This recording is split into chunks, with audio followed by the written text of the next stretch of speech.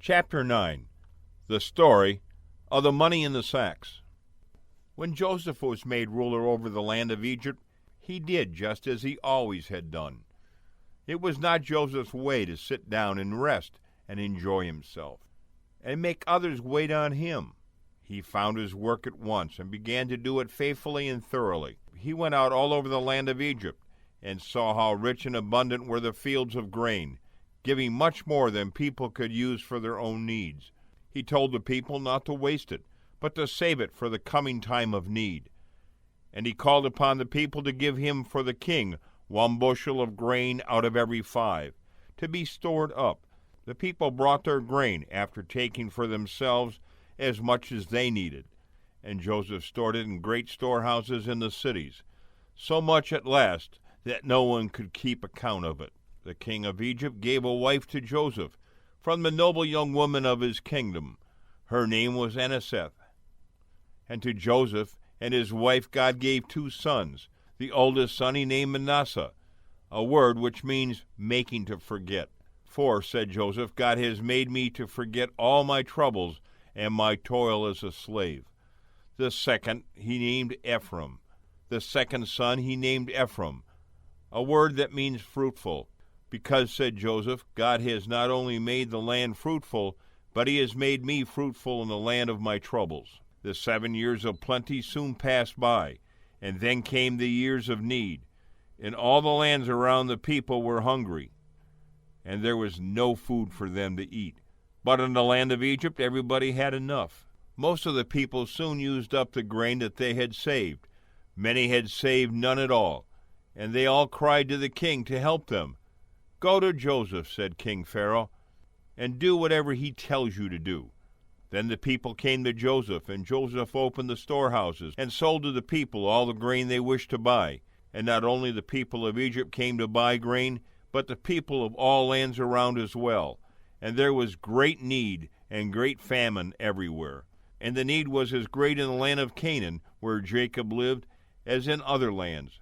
Jacob was rich in flocks and cattle, and gold and silver, but his fields gave no grain, and there was danger that his family and his people would starve.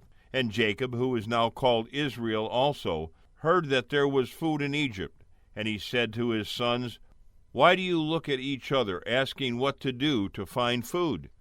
I have been told that there is grain in Egypt. Go down to that land and take money with you, and bring grain, so that we may have bread and may live. Then the 10 older brothers of Joseph went down to the land of Egypt.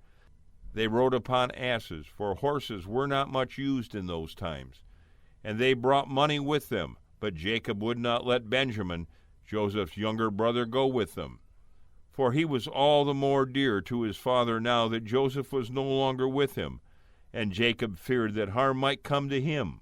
Then Joseph's brothers came to Joseph to buy food. They did not know him, grown up to be a man, dressed as a prince, and seated on a throne. Joseph was now nearly 40 years old, and it had been almost 23 years since they had sold him. But Joseph knew them all. As soon as he saw them, he wished to be sharp and stern with them, not because he hated them, but because he wished to see what their spirit was, and whether they were as selfish and cruel and wicked as they had been in other days.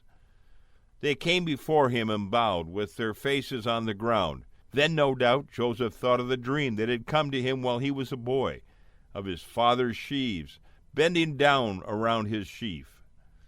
He spoke to them as a stranger, as if he did not understand their language, and he had their words explained to him in the language of Egypt. Who are you, and from what place do you come? Said Joseph, in a harsh, stern manner. They answered him very meekly, We have come from the land of Canaan to buy food. No, said Joseph, I know what you have come for. You have come as spies to see how helpless the land is, so that you can bring an army against us and make war on us. No, no, said Joseph's 10 brothers, we are no spies. We are sons of one man who lives in the land of Canaan, and we have come for food because we have none at home. You say that you are the sons of one man. Who is your father? Is he living? Have you any more brothers? Tell me all about yourselves. And they said, Our father is an old man in Canaan. He did have a younger brother, but he was lost. And we have one brother still, who is the youngest of all, but his father could not spare him to come with us." "No," said Joseph, "you are not good, honest men. You are spies. I shall put you all in prison except one of you, and you shall go and bring that youngest brother of yours. And when I see him, then I will believe that you tell the truth." So Joseph put all 10 men in prison, and kept them under guard for 3 days. Then he sent for them again. They did not know that he could understand their language, and they said to each other while Joseph heard but pretended not to hear, "This has come upon us because of the wrong that we did to our brother Joseph more than 20 years ago. We heard him cry and plead with us when we threw him into the pit, and we would not have mercy on him. God is giving us only what we have deserved." And Reuben, who had tried to save Joseph, said, "Did I not tell you not to harm the boy? And you would not listen to me. God is bringing our brother's blood upon all of us." When Joseph heard this, his heart was touched, for he saw that his brothers were really sorry for the wrong that they had done to him. He turned away from them so that they could not see his face, and he wept. Then he turned again to them and spoke roughly as before, and said, "This I will do for you, for I serve God. I will let you all go home except one man. One of you I will shut up in prison, but the rest of you can go home and take food for your people. And you must come back and bring your youngest brother with you, and I shall know then that you have spoken the truth." Then Joseph gave orders, and his servants seized one of the brothers whose name was Simeon, and bound him in their sight, and took him away to prison. And he ordered his servants to fill the men's sacks with grain, and to put every man's money back into the sack before it was tied up, so they would find the money as soon as they opened the sack. Then the men loaded their asses with the sacks of grain and started to go home, leaving their brother Simeon a prisoner. When they stopped on the way to feed their asses, one of the brothers opened his sack, and there they found his money lying on top of the grain. He called out to his brothers, "See, here is my money given again to me." And they were frightened, but they did not dare go back to Egypt and meet the stern ruler of the land. They then went home and told their father all that had happened to them, and how their brother Simeon was in prison, and must stay there until they should return, bringing Benjamin with them. When they opened their sacks of grain, there in the mouth of each sack was the money that they had given, and they were all filled with fear. Then they spoke of going again to Egypt and taking Benjamin, but Jacob said to them, "You are taking my sons away from me. Joseph is gone, and Simeon is gone, and now you would take Benjamin away? All these things are against me." Reuben said, "Here are my own 2 boys. You may kill them if you wish, in case I do not bring Benjamin back to you." But Jacob said, "My youngest son shall not go with you. His brother is dead, and he alone is left to me. If harm should come to him, it would bring down my gray hairs with sorrow to the grave."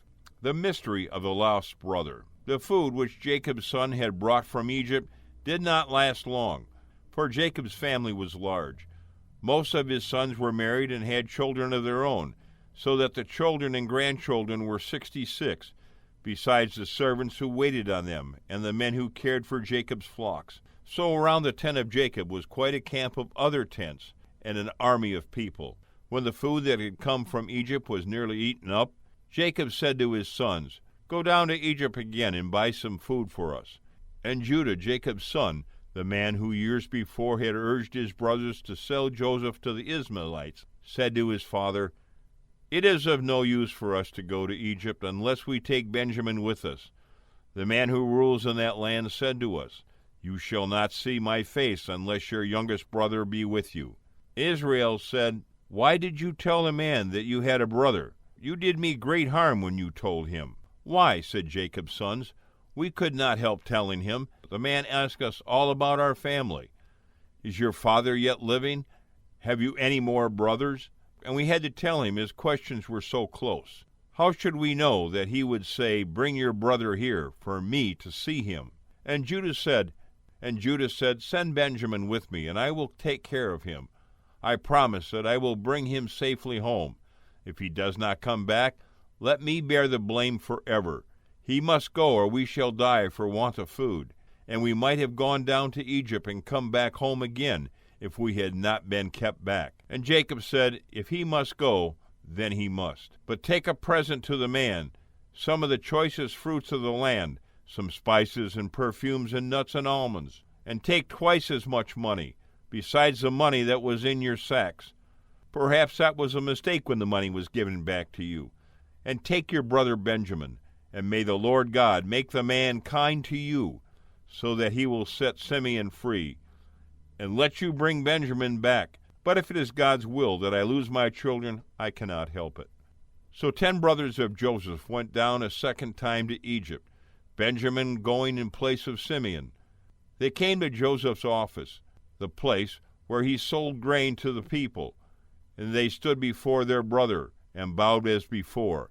Joseph saw that Benjamin was with them, and he said to his steward, the man who was over his house, Make ready a dinner, for all these men shall dine with me today.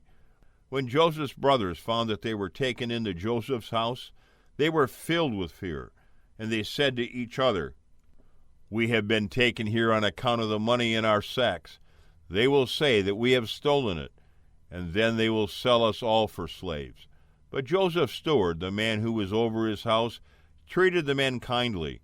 And when they spoke of the money in their sacks, he would not take it again, saying, Never fear, your God must have sent you this as a gift. I had your money. The stewards received the men into Joseph's house, and washed their feet according to the custom of the land. And at noon Joseph came in to meet them. They brought him the present from their father, and again they bowed before him, with their faces on the ground. And Joseph asked them if they were well, and said, Is your father still living, the old man of whom you spoke? Is he well? And they said, Our father is well, and he is living. And again they bowed to Joseph. And Joseph looked at his younger brother Benjamin, the child of his own mother Rachel, and said, Is this your youngest brother of whom you spoke to me? God be gracious unto you, my son. And Joseph's heart was so full that he could not keep back the tears. He went in haste to his own room and wept there. Then he washed his face and came out again, and ordered a table to be set for dinner. They set Joseph's table for himself, as the ruler, and another table for his Egyptian officers, and another for the 11 men from Canaan. For Joseph had brought Simeon out of prison, and had given him a place with his brothers. Joseph himself arranged the order of the seats for his brothers, the oldest at the head, and all in order of age down to the youngest. The men wondered at this, and could not see how the ruler of Egypt could know the order of their ages. And Joseph sent dishes from his table to his brothers, and he gave to Benjamin 5 times as much as to the others. Perhaps he wished to see whether they were as jealous of Benjamin as in the other days they had been toward him. After dinner, Joseph said to his steward, Fill the men's sacks with grain, as much as they can carry, and put each man's money in his sack, and put my silver cup in the sack of the youngest with his money. The steward did as Joseph had said, and early in the morning the brothers started to go home.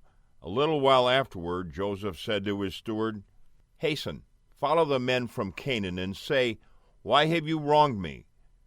After I had treated you kindly, you have stolen my master's silver cup, out of which he drinks. The steward followed the men and overtook them, and charged them with stealing. And they said to him, Why should you talk to us in this manner? We have stolen nothing. Why? He brought back to you the money that he found in our sacks, and it is likely that we would steal from your lord his silver or gold? You may search us, and if you find your master's cup on any of us, let him die, and the rest of us be sold as slaves. And they took down the sacks from the asses, and opened them, and in each man's sack was his money for the second time. And when they came to Benjamin's sack, there was the ruler's silver cup. Then, in the greatest sorrow, they tied up their bags again, and laid them on the asses, and came back to Joseph's palace. And Joseph said to them, What wicked thing is this that you have done? Did you not know that I would surely find out your deeds?" Then Judah said, "O my lord, what can we say? God has punished us for our sins, and now we must all be slaves, both we that are older and the younger, in whose sack the cup was found?" "No," said Joseph. "No," Joseph said, "only one of you is guilty, the one who has taken away my cup. I will hold him as a slave, and the rest of you can go home to your father." Joseph wished to see whether his brothers were still selfish and were willing to let Benjamin suffer if they could escape. Then Judah, the very man who had urged his brothers to sell Joseph as a slave, came forward and fell at Joseph's feet and pleaded with him to let Benjamin go. He told again the whole story of how Benjamin was the one whom his father loved the most of all of his children, now that his brother was lost. He said, "I promised to bear the blame if this boy was not brought home in safety. If he does not go back, it will kill my poor old father, who has seen much trouble.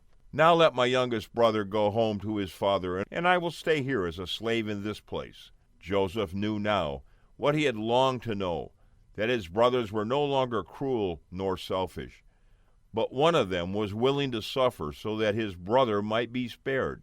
And Joseph could not any longer keep his secret, for his heart longed after his brothers, and he was ready to weep again with tears of love and joy. He sent all of his Egyptian servants out of the room, so that he might be alone with his brothers, and then he said, "Come near to me, I wish to speak with you." And they came near, wondering. Then Joseph said, "I am Joseph. Is my father really alive?" How frightened his brothers were as they heard those words spoken in their own language by the ruler of Egypt, and for the first time knew that this stern man who had their lives in his hand was their own brother whom they had wronged. Then Joseph said again, "I am Joseph, your brother, whom you sold into Egypt. But do not feel troubled because of what you did, for God sent me before you to save your lives. There have been already 2 years of need and famine, and there are to be 5 more, when there shall neither be plowing of the fields nor harvest. It is not you who sent me here, but God, and he sent me to save your lives. God has made me like a father to the Pharaoh, and ruler over all the land of Egypt. Now I wish you to go home, and to bring down to my father and all of his family." Then Joseph placed his arms around Benjamin's neck and kissed him and wept upon him. And Benjamin wept on his neck, and Joseph kissed all of his brothers to show them that he had fully forgiven them. And after that his brothers began to lose their fear of Joseph and talked with him more freely. Afterward Joseph sent his brothers home with good news and rich gifts and abundant food. He sent also wagons in which Jacob and his sons and wives and the little ones of their families might ride from Canaan down to Egypt. And Joseph's brothers went home happier than they had been in many years.